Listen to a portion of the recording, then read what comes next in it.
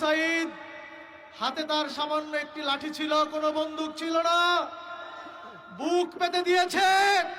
এই বুকের উপরে যে গুলি চালিয়েছে সে নর পশু ছাড়া কিছু হতে পারে না।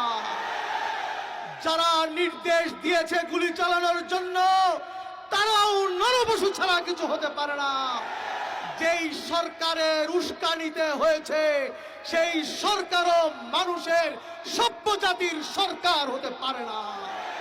এরকম অসভ্য সরকার, অসভ্য সরকার বাংলাদেশের মধ্যে একটি স্বাধীন দেশে থাকতে পারে না, থাকতে পারে না, থাকতে পারে না।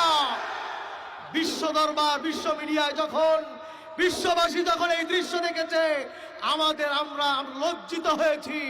স্বাধীন একটি বাংলাদেশে, স্বাধীন সার্বভৌম দেশে পুলিশ কিভাবে মারে, বাংলাদেশের সরকারি দলের ছাত্ররা কিভাবে আমাদের শিক্ষার্থীদের উপরে, ছাত্রীরা নিরীহ, ছাত্ররা ঢাকা বিশ্ববিদ্যালয় নিরীহ, তাদের উপরে যেভাবে চড়াও হয়েছে এটা কোনো সভ্য দেশে হতে পারে না। গতকালকে আমাদের প্রধানমন্ত্রী বক্তব্য দিয়েছেন, কাঁদো কাঁদো ভাব দেখিয়েছেন। আমরা আপনার নাটক ইতিপূর্বে বহু দেখেছি, আপনি বহু নাটক দেখিয়েছেন, হাতে তসবিহ নিয়ে বহু ক্রন্দন আপনার দেখেছি। দেশবাসী জানে আপনি একজন ডাইনি ছাড়া আর কিছু নয়। এগুলি সব আপনার নাটক, ছলছাতুরি ছাড়া কিছু হয় না।